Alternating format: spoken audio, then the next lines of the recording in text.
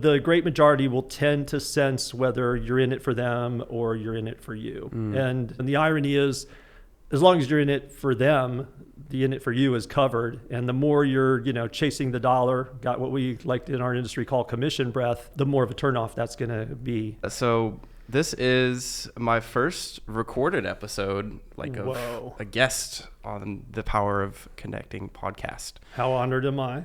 Bruce is very important. We're we're very happy to have him on. Legend in my own mind. He is, absolutely. I mean, all day. So we are here in Chattanooga, Tennessee at Common House, and that is exactly where I met Bruce. So sitting by the fire one day, this big old tall man was sitting by the fire with his feet kicked up, and I was like, "Hey, can I sit here?"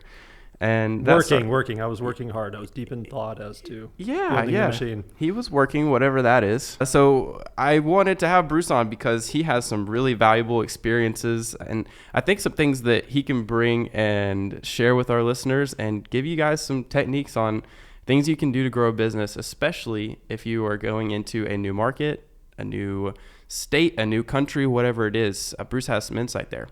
I mean, and I appreciate that, but I don't know. I mean, I'm learning. I'm a student as much as a teacher in my own mind, and a perpetual student. So it's my first podcast, and who turned me on to it? So that's right. Bruce is very humble, guys. You're gonna get that all the way through. So Bruce, do you want to go ahead and tell a little bit about your story, kind of where you started out, how you got into what you're doing now, just a little bit of that? Yeah. Just quick, broad brush backstory. College, business management major way back when, eons ago, and just step by step gravitated into the mortgage industry. And then I've been a lifer. I've got multiple decades of doing that, but albeit that was in another market. I was out west, California. That's where everyone that moves to Tennessee seems to be from these days. God love us, or not. But if you're in Nashville, then it's a not. Yeah, absolutely. But if you're in Chattanooga, a little different vibe, which is why we're in Chattanooga. So yeah, just came out here. It'll be 6 years ago now. And like I said, doing this for decades, but bold new world out here, just culture, new location, who's this guy, et cetera, et cetera. So I had a lot of tools at my disposal from those years of doing what I do, but it was still a question of, can you reinvent yourself?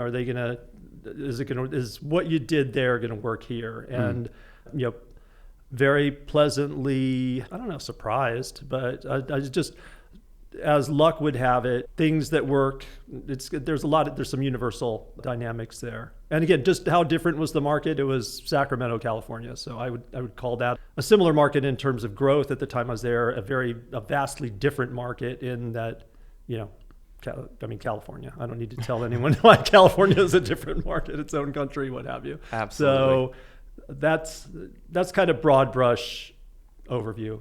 Cool. So what made you want to move from California to Chattanooga? Kind of want the listeners to have that info there. Sure. Well, and there's so many of us. California and Chattanooga made me want to move from California to Chattanooga. Sacramento, when I moved there, was an up-and-comer in its own right. The Bay Area, San Francisco was the city, the big city, and Sacramento was a new growing alternative. And that was pretty exciting to me at the time. But lo and behold, that kind of a couple decades later, Sacramento was pretty saturated, and looking with an eye towards, not anytime soon, but an eye towards retirement, to kind of maybe turning back the clock to in a way, in a manner of speaking, go to the up and comer, not the saturated Bay Area extension at that point, part two.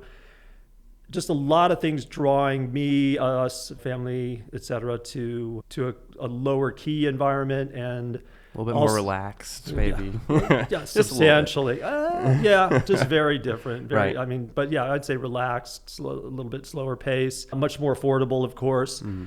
And so what was the biggest, the buts were, of course, walking away from an established business, choosing to essentially kind of burn or hand off the bridge rather than try to maintain it remotely.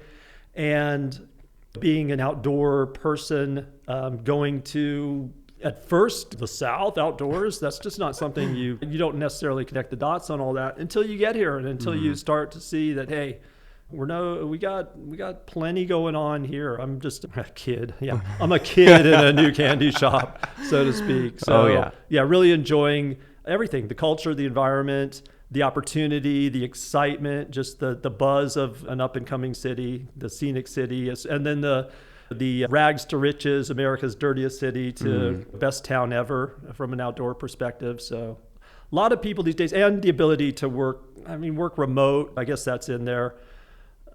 And then, of course, the fact that there are plenty of other, what I call recovering Californians and Texans and what have you on their way out here as well. So having done what I've done, seen what I've seen, it's a pleasure to, help them as long as they understand, like with myself also, I look at it like, okay, you got out of California, make sure you get California out of you. Make sure you're not the invasive species, but that if you're going to partake in Southern hospitality, that you're hospitable and to the Southern standard. Absolutely. I love that. So kind of transitioning here, I think this is a great opportunity to talk about how networking kind of played into the success that you're having here in Chattanooga. So first off, I've noticed Chattanooga is such a wonderful place to grow yourself and grow your business. Welcoming. I would absolutely call it a welcoming environment. Yeah, and that's not comparatively always the case in a lot of places, I feel like, from the people I've talked to in my mastermind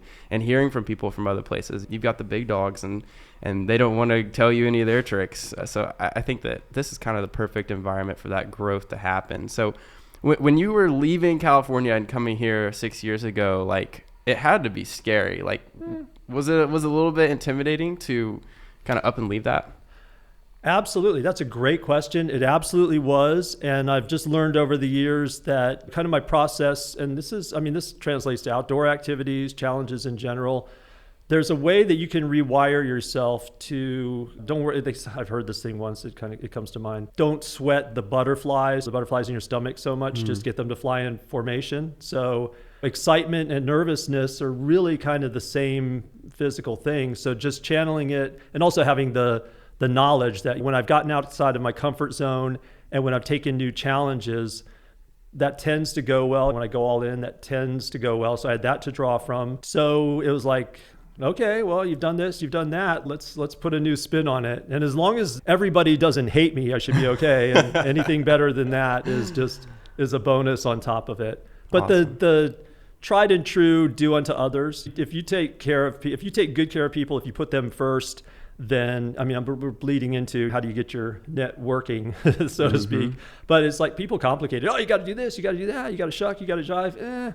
You got to be on point. But if people get whether you at the end, as they're working with you, the great majority will tend to sense whether you're in it for them or you're in it for you. And the irony is, as long as you're in it for them, the in it for you is covered. And the more you're, chasing the dollar, got what we like in our industry call commission breath, the more of a turnoff that's going to be. And you're going to have to essentially out prospect your lack of a referral base that you don't deserve anyway, if I can be that I love brash. that. Yeah, absolutely. I think that goes back to like thinking about how givers get. If you're being willing to give things that are your own and you really give people your all, you end up getting more in return because they're going to bang down the doors and tell people that I had this wonderful experience with Bruce and you need to go see him when you need a mortgage.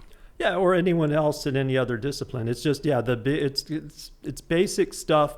We just get too gimmicky sometimes. Oh, you need this, you need that, which is not to say that a good hook is not incentivizing someone to call is not a good idea, but the basics are everything. Get really, really good at what you do. Help people. Don't have a scarcity mentality. Just help them because that's the right thing to do. If we're really honest, how many times have we been helped without any repayment on the other person's end? So just paying that forward, perpetuate it, and don't sweat everything else will take care of itself. Do that consistently. Do that one thing consistently. Wake up with that mindset. This is what I provide and how I provide it and who I am. And, really the rest tends to work out. Oh, and work hard. Work really hard, though, too. Yeah, you have to work a little bit. Yeah, sometimes. There might be an ounce of work involved in that, too. So just vigilant, diligent, on point, and heart in the right place, and the rest, it's just been my life experience that everything else will overall work out well.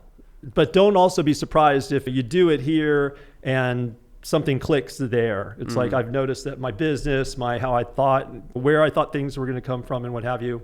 Nah, never. That's where the mystery of it all comes in. But do the right things consistently and over time, consistently, diligently, and for a while, a little bit longer than just wherever you feel like giving up, like just go a little bit further. So yeah, that brings up a good point, thinking about how just go a little bit further. Thinking about trying to build your network, it can be kind of daunting. When I first was getting started, especially as a college student who had never gone out of my way to go and talk to people I didn't know. Thinking about looking at my LinkedIn, I'd look at it and have 5 connections, and I was like, holy crap, all these people have like 1,000 different connections, and it can be, you can get into that like daunting, intimidating, and then you're like, how do I even get started? So I think that just starting with that one and then doing one more, go to that one event and then go to one more. It's the book.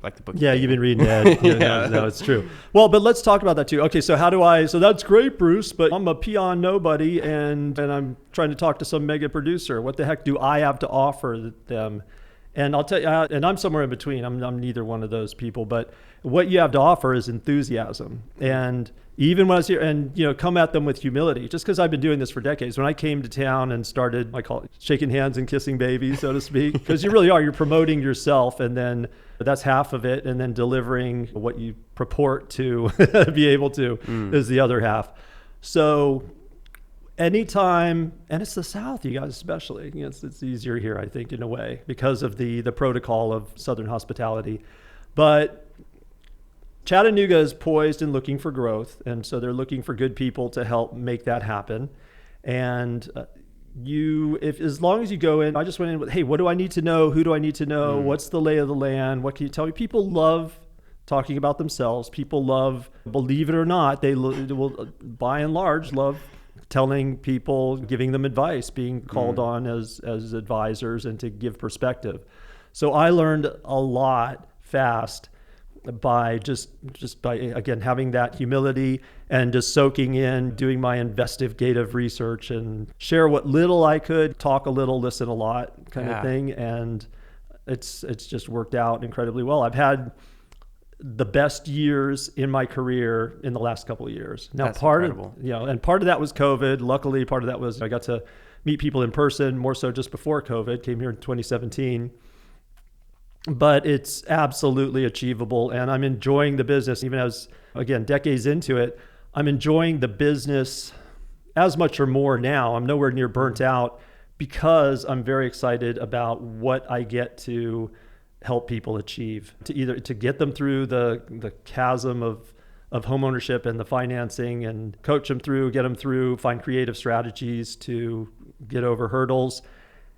And just having the confidence of, there's no one that I got into a house in 2017, 2018, 2019, 2020, 2021, that's like, oh man, why'd you do that to me? I got this house now, and I got all this equity, and my payments this, and everyone else is paying that. And yes, man, did you have to? I mean, home ownership, by and large, for people that can handle it, which are the majority, is a good thing. And pay your mortgage, pay their mortgage. Paying yours, yes, it has a little bit more responsibility, but it has a lot more benefit. So how bad is it to be really good at offering that, and to be, have an audience very much in need of help getting over that? Primarily I'm focusing on first-time home buyers, but moving up, buying and selling, coordinating all that, and relocating, they're buying investment property. It all comes with its own specific challenges, but there are tons of tools for those, chiseled veterans in the know, whatever. Awesome. So I actually have an experience with Bruce. It's funny because when we met, I felt like I knew him for some reason. Deja Bruce. It's one of Deja Bruce. That's awesome. It's one of those things that, like, I knew I'd heard his voice before, and I was like, I don't recognize him. And he handed me his card, and I was like, oh, I'm going to text you over my name. And I put it in, and it turned out I had texted Bruce before 2 years ago when I was looking to buy a house, and Bruce was the only person. I talked to like 4 different mortgage people, and he was the only person that consistently called me back and was there when I called. So I knew I had heard his voice, and that was the reason why. I had heard his voice before, because we had gotten connected, and I was looking for a mortgage. So with that, how do you create like that personal connection with your clients and your potential clients? It's a good question. Be real. Take it down. I mean, just be. It's at the end of the day, client / mortgage banker. Ugh, it's all like, God, I tell you, I would hate having, I hate talking to a mortgage banker. I mean, I'm going to delve into your finances. I need lengthy explanations on any negative past events. Ugh, I'm worse than the dentist in a lot of ways. So, and the family's counting on you. Aren't we going to get our dream house, daddy, blah, blah, blah. So you've got hurt people hurt. You've got a stressed out person coming to you for, come on, get me out. The boat's rocking. They're nauseous. And, come on, Captain, tell me it's going to be okay. So they don't want, well, just shut up and sit down and take a Pepto-Bismol, whatever. They want, it's like, help them out. Yeah. Don't worry about how they're, to a degree. I mean, there are degrees, but don't worry about the fact that that stress is going to be, the messenger might get killed here and there. Focus on eyeing the prize, keeping them calm, getting them through it. Be the professional, be the captain that's like, okay, he's got me. Not the, well, yeah, I don't know if this is going to work or not. Don't feed the insecurity, and just be straight up, be a friend, be a person, get out of titles and hierarchies and what have you. And be on top of your game. If you do something wrong, own it. And if you make a mistake, whatever, don't pretend otherwise. Own it, make it right. And again, bare bones basics. People want to try to make people laugh and try to break up the tension. I'll try to all that and try to infuse humor. Most of the time it works out okay. I haven't got slapped much yet. So it's either going to, on that specific purchase, what have you, it either is or isn't going to work out. If it doesn't, we'll learn why it didn't. If it's the property that just is and you dodged a bullet, if it's something with the personal finances, more and more a professional can head that off at the pass, but things still crop up. And then they crop up and you deal with them and you get on the plan for, here's what we need to do to get ourselves where we want to go. So treat them like you would want your grandmother to be treated by someone. And then, and be real and be a real person. And it's so incredibly basic. Your reputation is going to be everything here. So, I think that's a good check and balance, honestly. And it's a good thing to keep in the back of your mind in terms of you're only as good or as bad as people's past experiences with you are. So that again is either your biggest ally or not, predicated on how you do what you do and where your heart and mind is in it. Absolutely. And people have that barometer. They can tell. I can tell, like, based off when I call someone for customer service. You can almost hear how their day has been by the way that they talk to you. And you have to take that into when you're trying to build connections with people, I feel like, because it's so easy, especially if you've had like just endless problems, like you've just been running into walls all day long. You have to remember that, like, every time you pick up your phone, you have to put that smile on. And that's how you build that connection with people, is by being a light in a way. Yeah, it's just how are you going to respond to it, and are you going to feed it? I heard thermometer or thermostat. Are you going to feed into the drama? Someone calls you, hey man, I can't believe in this happened and that happened. And so the initial thing, I got you, man. You got it. Why are you coming at me like this? I've been all over things for you. I've been on top of things. Why are you? But again, that's the meism. That's me. No, it's not about you. It's about you're there to serve them. That's what you signed up for. So put your, bad day, whatever, aside for a minute, because your task is to help them. So it's like, whoa, we're going to be okay. What's going on? Diffuse, inform, reassure, yes. Move on. But don't, and like you said, the little things, answer the phone, take care of things. If you get too busy, put the right things in place. You've got a lot of good resources, what have you, put the right things in place to scale without thinning yourself out so bad that they just feel like they are, I look at it like, I want to be anything but, I'll call them out, Rocket Mortgage. I want to be anything but a call center, get in line, kind of press 1, press 2, press 8, get hung up on and try again.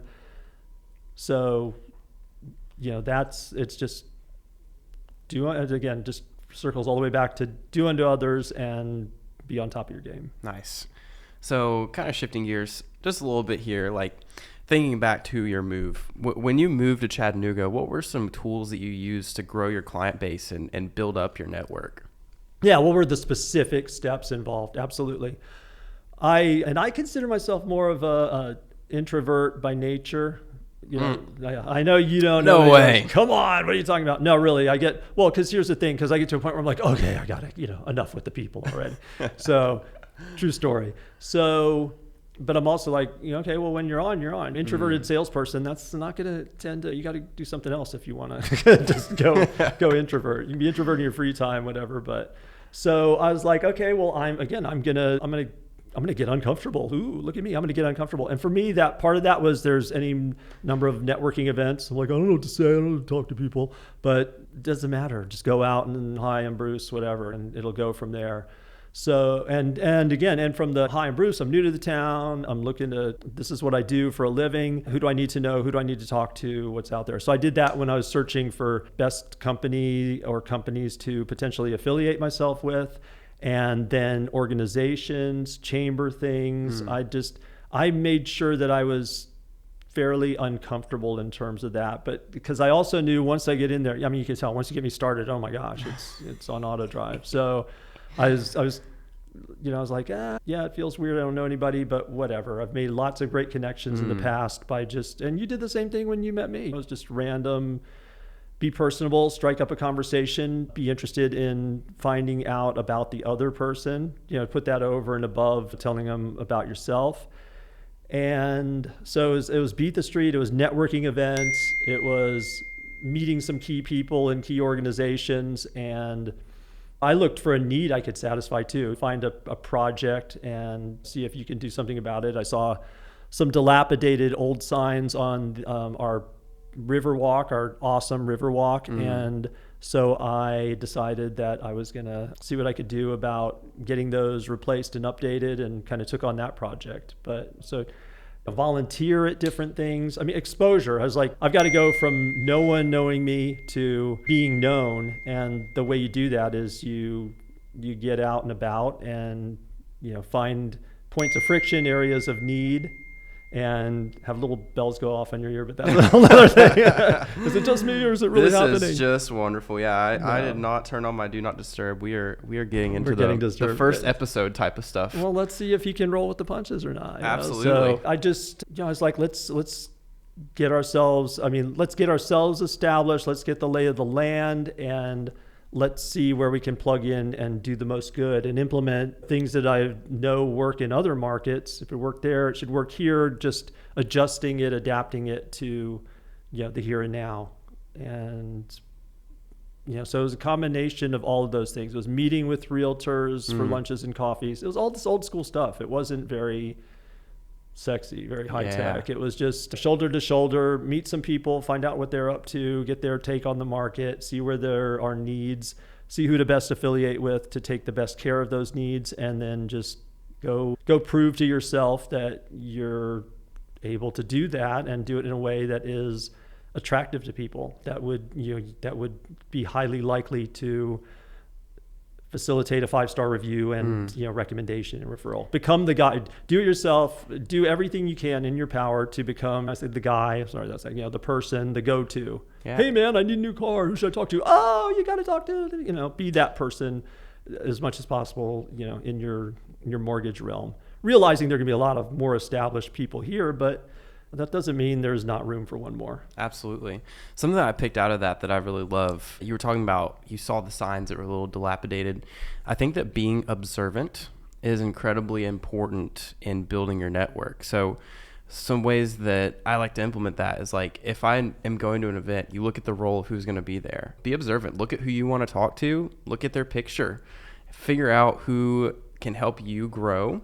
And feel free to do your research on people. They're not going to think it's creepy because it's like they signed up. They put that they can go. And that goes in for like, if you're driving by something and you notice, if you're in a business that helps paint signs and you notice that a sign's beat up, then being observant can help create those relationships and that network there that can help exponentially grow whatever business you're in or whatever you're doing. Yeah, absolutely. Be on the lookout. And you're going to have a fresh perspective too. It's not like you've always been here and it's just the way things are. You see things through a fresh set of eyes. And you've got it. You want to get the lay of the land anyway. So yeah, why not? Because it all bleeds. Then you build personal relationships, you build your personal network. Go to target rich environments, although that's everywhere out here. That's good luck not having. You got to be really to not meet people out here. You got to be trying really hard, or I don't know, something. So, but even go to social events. Joining, like you said, you spoke of Common House is the epitome of that. So it's a social club. It's in the name. So just don't be salesy. Don't like every person you run into kind of thing, or semi-organic. Be at the right place at the right time, the right mindset. Lob something out there, it goes somewhere it doesn't. If someone doesn't want to talk at that moment, don't quote unquote write them off. Timing is everything. They could have other things going on that preclude them from being in the moment and what have you. Just be pleasant, move on, and kind of go from there. Or they may not be interested in the moment, but they may know someone who could be. I feel like you kind of have to, this is something that comes with experience. You learn how to read people a little bit. You can tell like if somebody's way too busy to be talking to you, or they're preoccupied. Not that you don't want to waste your effort on those people, but especially if you're in like a networking event or you're at a social club and you're trying to grow whatever you're trying to grow, your business, your career, whatever.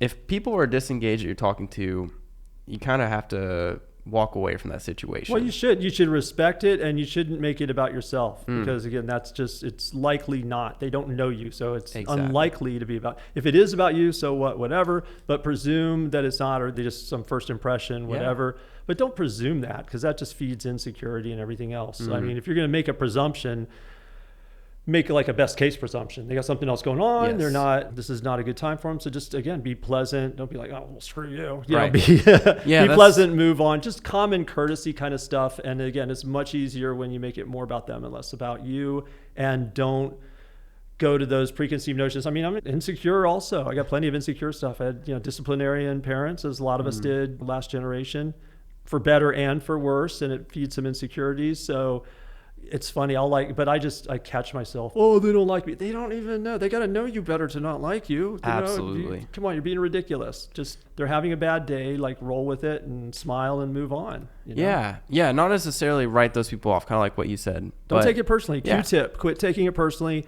Chances are high that it's not about you anyway. Absolutely. And even if it is, just presume it's not. It's going to put you in a better. How do I set myself up for optimization of what I'm looking to do, the effect, the intersection, the interaction I'm looking to have with this person that is happening to come into my life, and how can I strategic, and the kind of one of the primary things, I think, or if not the primary, is make it about them, not you, and don't take things personally, and just operate from that mindset. Yeah. I think this is kind of a little bit of a story. I haven't told you this story yet. Then lay it on me. Yeah, so I was down by the fire yesterday. That's pretty much where you'll find me any hour of the day. And there was a guy sitting down there, and I went and poked the fire and kind of like walked in front of him. I was like, sorry about that. And I overheard his conversation. He's talking about real estate, super interested in real estate investing. And I was like, I do not mean to butt in your conversation, but I'm really interested in this. And at first it felt kind of cold. He was like, all right, just want this guy to shut up. I'm trying to talk to my partner here.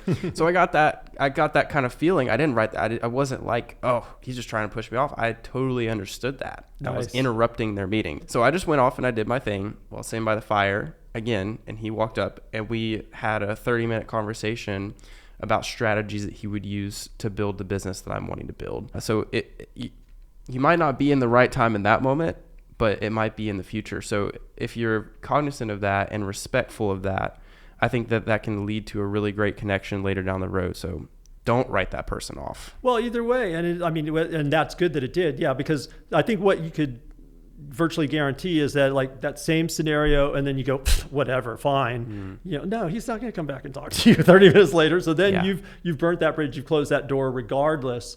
But otherwise, I'd say it's not even 50-50. I'd say it's more likely myself too. I'm busy. I'm in the middle of something. Someone comes up to me. The timing's bad, but I want to. I too would be. I've benefited so much from people that have given me their time. I mean, I was like my thing. Me being me, I like walked into offices when I'm looking to get a job. Just walked into the office, or when at the association, I walked into the office and said, "Hey," because I didn't want to have it be a phone call and whatever. I was like, at least let me get a face to face. So I'd walk into their office and say, "Hey, I know right now is probably not the right time, but just want to introduce myself, drop off information. If you have time to schedule a meeting, please let me know." And then so many times in doing that, it was, "Oh, no, yeah, come on, where are you from? Come on in. How's your mama? Blah, blah, blah." So I was like, these people, man, I really got to step up my gracious game because holy moly, I'm not in Kansas or Sacramento anymore. This is the protocol, the underlying protocol and the dynamic in the Southern hospitality, it's not just a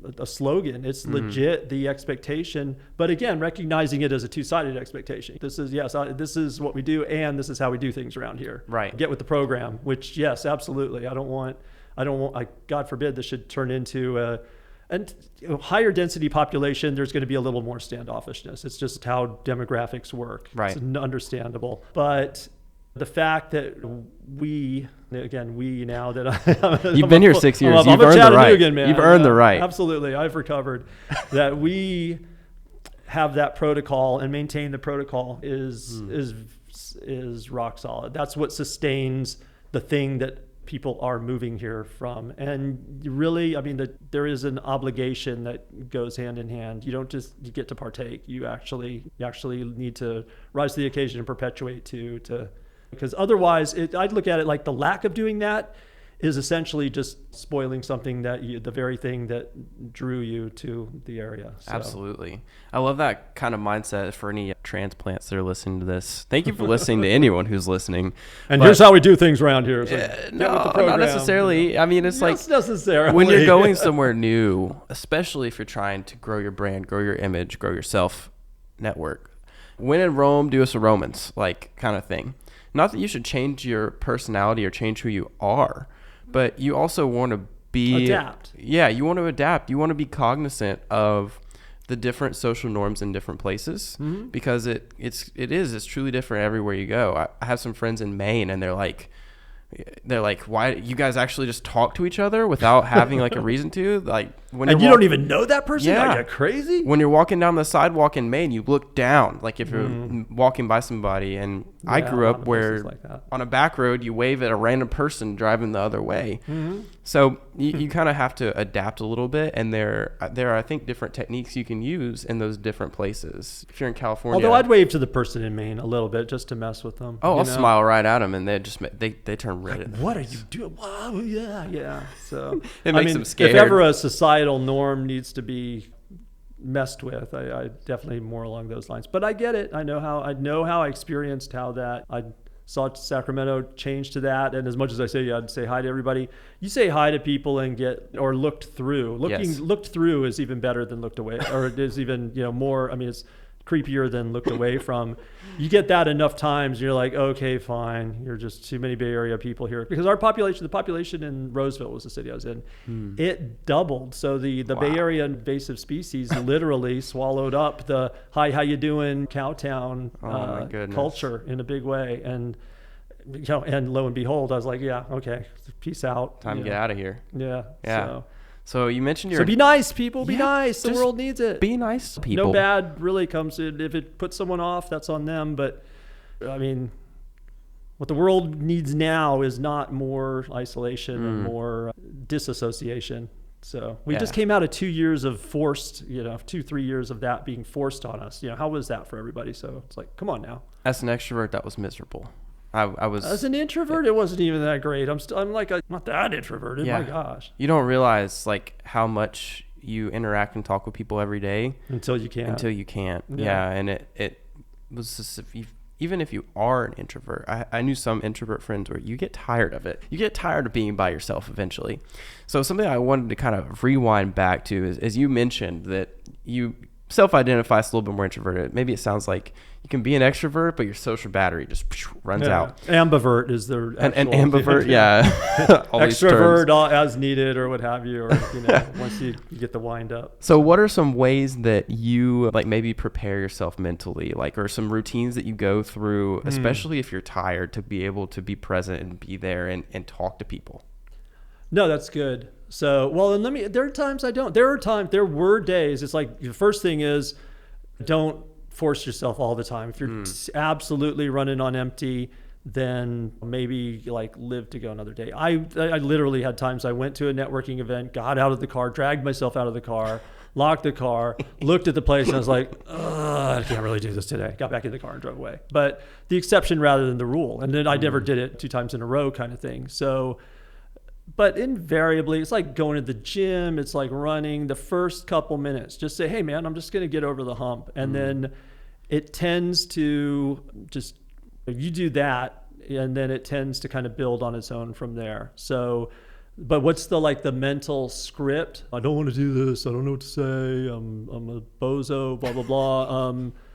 Okay, that's nice. And you've got responsibilities here, and it's not about you and how you feel in the moment. It's about responsibilities and opportunities. If you cave to that consistently, not only do you not meet more people, but people that you could have helped never come into or not, don't benefit from what you have to offer because you chose to just to not, break past your barriers. And if you do, then more often than not, some positives come out of that. So, I mean, exercising hurts, but it's good for you. Counseling, you name it, any number of things, all the things that hurt and are not detrimental typically work out to your and other people's benefits. So what would you want your kids to be? Who would you want them to be? You want to be brave, you want to be courageous. So be like, I'm gonna roll with it. Let's see what happens. Go in, hang out, see what happens. Don't force it, but don't be timid either. And just go from there. It's like show up. If you can get yourself to show up and not be a jerk and care about other people, then the universe will really handle the details. You really don't have to sweat them a whole lot. We get too detailed. Well, I got to have this, I got to have that. Not really. There's not that many steps. Just show up. Have a good mindset, ask questions, learn, allow people to teach you, give them the honor of respecting what they have to say and their wisdom and everything else. And if you're not careful, you'll make a lot of good friends in the process. Absolutely. I think something important to remember too is, especially going into like a networking event or really like a social club here, it's like, you never know who you're talking to. My tagline for the podcast is that you're one connection away from changing your life, or more importantly, someone else's. So when you're going up to somebody, you don't know if they're a person who owns a company who may be able to help your business grow, or you may meet up with somebody who can actually just change the trajectory of your life. I met my now, I guess you could say boss, I'm more of a freelancer, but I met the person who owns the company that I work with now at a networking event. And I met him because I was like, hey, I want to learn more about commercial real estate. And they're like, you need to go talk to Harley. And I went over and I talked to him. And that's the kind of thing, it's like, if you just state what you want or what you need, there are so many people in the room generally around you who will point you to the person that you need to go and talk to that can help change your life. Absolutely. I mean, and don't we all love being that person? Isn't that rewarding in and of itself? Not specifically per se, but doesn't it feel good? Doesn't it feel right? And then, but the other side of that too, that's not they also say, if you want to get a real read on who someone is, see how they treat people below them, like the waiters and everything else, see how they act with them. So I also look at, again, Common House being a good example, great, like top-notch service around here, but I see some people kind of do the pretentious, I wanted my eggs over easy, whatever, and it's like, come on now. So respect the least of them. It's not even that, just respect people in general. And some of the most interesting and people I've met have been the people that work here, and the level of service and integrity and everything that is fostered here is going to be applicable in anything anyone does down the road. And it's like, I waited tables once. I mean, it's just different stages of things. So there's more honor than there is shame in doing jobs like that, because that's where humility and hard work and all of that That's the gym where those types of things are built. So, you never know what a relationship is going to potentially lead to. And that could be the boss of some company's son or daughter anyway, too. But doing unto others includes those, and probably especially those that you feel are not able to reciprocate in a way that would be optimal to you, or that's all just back to profit for profit's sake rather than just be a good human and attract good humans into your world. Be kind to other people. It's like you never know what that person may go to do in the future, and you never know what your interaction with them may inspire them to do. If you are kind to others and people recognize that, it's not even about the monetary reward. It's about the reward that you get and how you get to lay down and sleep at night. If you did everything you could to be kind and love others, you're going to be good. Yeah, I agree. Well, and then especially to the degree that you can, and if they're not being totally ridiculously over the top toxic, to the hurt people hurt. If you really want to freak someone out and change their world, be nice to someone that's being a jerk to you, because again, it's more about them and less about you anyway. And when you can genuinely just let it go past you and say, hey, I'm sorry you feel that way. I'm sorry you're going through that right now, but da-da-da-da-da. And again, to a point, there is a line and when the line is crossed, then that absolutely needs to be checked. Yes. But if it's just general annoyance kind of thing. I was in line, so I was rushing to get to this podcast. Here's that. Rushing to get here, had stayed too late. My previous thing, just jamming, starving because I hadn't eaten lunch yet. Okay, I'm gonna go to the burger place. Hopefully it'll be fast. Well, of course it's never fast when you need it to be fast. No. It's slow. And then I'm trying to finally, can I take your order? And I'm like, yeah, I just want the burger. And I'm like, well, burger do you want? No, I want this. Oh, she's got to cancel it, do it again. I'm like, come on. But that a lot of times I really feel like it's just a higher power telling me to chill. But it's like. And so I'm getting annoyed. Finally, they get another person. She tells it's her first day. The other person gets online. What do you want? I want a burger, 2 patties, blah, blah, blah. Okay, done. Drives up. I drive up there. She's like, oh, I'm so sorry. And I'm like, hey, I'm like, I had first days too. It's fine. It's okay. So I'm like, yeah, I'm running tight. Yeah, it's okay. But the world's not going to come to an end. But it's her first day. If I dog her for not being proficient on her first day, then what kind of impression, what kind of scar does that leave? So just laughing it off. When internally I'm like, oh my God, I'm going to be late. I'm never late. I'll get this job. She's killing me.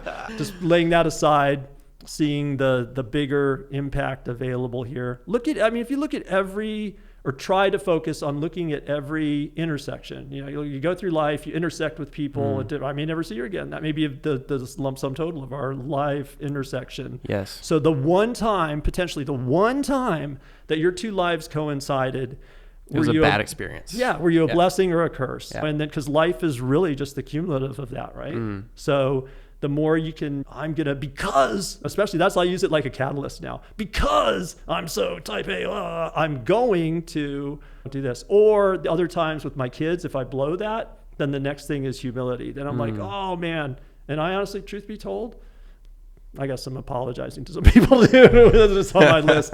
But yeah, humility of, hey, I lost my whatever in the moment, and da-da-da. Because when you can disciple humility, and it's okay to call yourself out and own it, and that's really powerful too. Yeah, I think you have to get comfortable with apologizing, especially if that's something that you struggle with. Yep. Well, nobody ever apologized to me. Well, that's not the metric. Well, maybe nobody ever apologized to you because you don't apologize to other people. Yeah, maybe you get what you give. Right. But if you just, lay that aside, and it's like, it doesn't matter if anyone ever apologized to you, right? Do you want to be those people? What do you want to perpetuate? Right.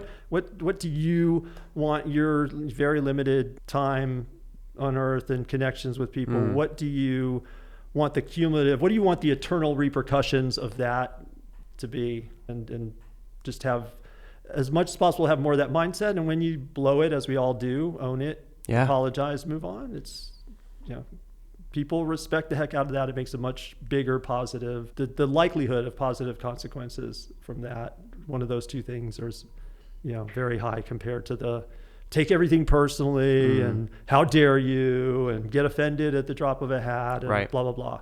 Set appropriate boundaries. Don't let people take advantage of you. Absolutely. That's not what I'm saying. Yeah, don't be a doormat. No, a pushover doormat. But, but come on now. What is or isn't the best thing that you can contribute to the cumulative? Yeah, I had this thought when you were talking about rushing here, feeling bad for being late. I wasn't here just like whistling while I was setting everything up on the podcast. Like, yeah, I think I've learned this lesson, and I'm just really thankful that I have, especially at 22 years old. I don't really hurry for other people, which may sound selfish. I will let them know. I'll be like, hey, I'm running a few minutes behind. But I learned this lesson where I used to hurry around everywhere. I used to drive so fast. I would always be running late to work. And I learned you need to surround yourself with people who, if you're late, it's okay. And not that it's good to be late all the time, but sometimes we are late. People are always in such a rush and trying to loop this back into networking. It's okay to not be in a hurry when you're talking to somebody. A lot of times you feel like I've got to get on the next person. I've got to build my business. I've got to do this. I agreed. Slow down just a little bit. Take your time to get to know people genuinely. And then also in your personal life, like even if you are running late, use that humility and just let the person know and be like, hey, I'm sorry I'm running a little bit behind.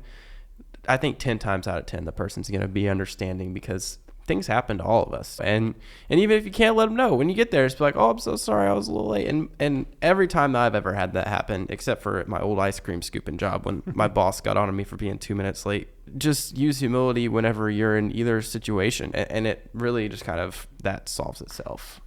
Yeah, I mean, it's like, don't be the perpetually, you do you, but when someone's perpetually late, but then I try to guess. I'm like, okay, well, let me build in. Are they a 15-minute late? Are they a 30-minute? Are they you'll see them when you see them, maybe. So I try it, but yeah, perpetually late speaks to I don't care whether you have to wait for me or not. So that's. And it's lack of planning. But again, maybe this. Don't get me wrong. I'm not late to all this stuff all the time. Yeah, I'm not no, perpetually I don't think you late. are. It's one of those things though. Like, if stuff happens, like try to don't stress about it. Don't go driving 20 miles an hour over the limit. Right. Yeah. You don't need to run someone over or ruin a person's first day at work. Absolutely. Because of your. Yeah. And again, I know thyself. I know I'm type A. I know I'm driven. There are advantages to that. Most of our qualities will be mixed bag kind of things. So there are advantages to that. Right. People want a lot of that overall, but too much or the wrong context. Yeah. When people are being rushed to, hey, gotta go. When people are being rushed in conversation, or if they really need to talk, whatever. Yeah. There are appropriate times to throttle that way back. And there are some appropriate times to push to a degree, but yeah, I'd say more so than not, it's just chill out. Yeah. Nobody gets out alive. Nobody does everything on time. So absolutely. Well, we are close to being here at our time. It's flown by. This has been a lot of fun, Bruce. So, you, man, get me started. It's like cranking the lawnmower. He's going to spit it on out. So I wanted to kind of finish on this question because I think it's going to be great for the listeners because ideally the person listening to this is someone who struggles a little bit with networking and really just needs that push, encouragement to know, hey, it's not easy. And sometimes it's not fun. But so what were some things that you maybe noticed that somebody else did to build their network that you kind of borrowed? Or really, what are some tips that you have to people who may have that I don't want to go and do this because it's a little scary, or some techniques that you use? Just some general guidance here. Mm-hmm. Well, in addition to what we discussed before, which is, I really don't want to do this, I'm really uncomfortable. Let's do it. It sounds like it'll be a lot of fun. Just take a adventure junkie approach to it. So turn it into a game. Instead, diffuse the fear and make it more of I'm going to go there and I'm a dork. Oh, I've got a great story along those lines. I went to the wrong networking event. There were multiple events happening at this one place. I went to the wrong one. I'm like, oh, this is weird. It's medical this, medical that. So I'm at the wrong event. I notice it a couple minutes into it because I'm just like, go. Because I'm rushing, right? Yeah. Oh, there's an event here. Okay, that must be where's the event? It's upstairs. Okay, great. I'll check in. Go in. And then I called myself out on it and I just laughed. I'm at this group and this person's this. It's all medical. They're a plastic surgeon. They're this, they're that. And I'm like, oh my gosh, I'm a mortgage guy. I'm at the wrong thing. This is hilarious. And they're like, then they laughed it off. Then they're taking pictures of everyone. And I'm like, I'm crashing your party. I shouldn't be here, blah, blah, blah. So out yourself, call yourself like a fool. And so I end up getting a deal. I find a guy that's working, that is in a real estate thing, needs help, blah, blah, blah. So I actually got a loan and a date, and then someone else set me There up you with go. someone. So allow yourself. We're all people. The more you can insert some levity and do just what you said, kind of sidetrack the type A, go, do, be, you got the pressure. The more you can just be a relief valve on all that, it tends to go far away. So don't take yourself or life, or again, no one gets out alive. It's okay. It doesn't. 100 years from now, no one's going to remember. Oh yeah, you remember that person at the party, or maybe, or I mean, it's not as big a deal as we make it. And once you do that, and this is scary. Hey, let's do it. Let's go. Just get that mindset. It doesn't matter, but it matters that you try. And you're just another human, just like all of them. It's fine. And let's say you go and you don't connect with anybody. So what? You will next time, or the time after, or a different venue. Nike, really, just do it. Have a good attitude. Have a good mindset. And if you drink and they have alcohol there, which so many of these things do, get a little bit. Don't go crazy. But don't get drunk at the networking event. Don't be that guy. But you can get a little bit of liquid courage in you. And I mean, truth be told, I may have used that on occasion also, and but it's just another get over yourself tool. Quit, helps get socially lubricated, right? Just and again, just chill.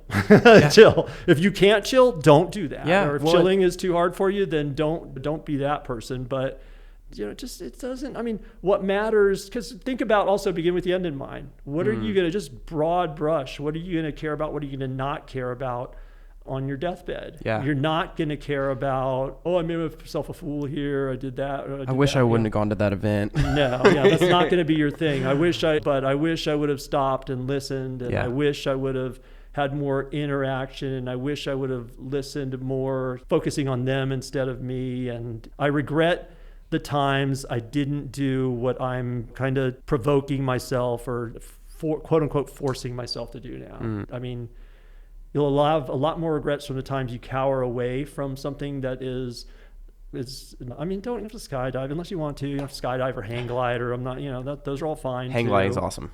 So skydiving, but I mean, get a little out of your comfort zone, get a little uncomfortable, and get a little more uncomfortable the next day, and then look back on it. Well, it was uncomfortable at the moment, but how did that all work out? Oh yeah, it was really cool. Okay.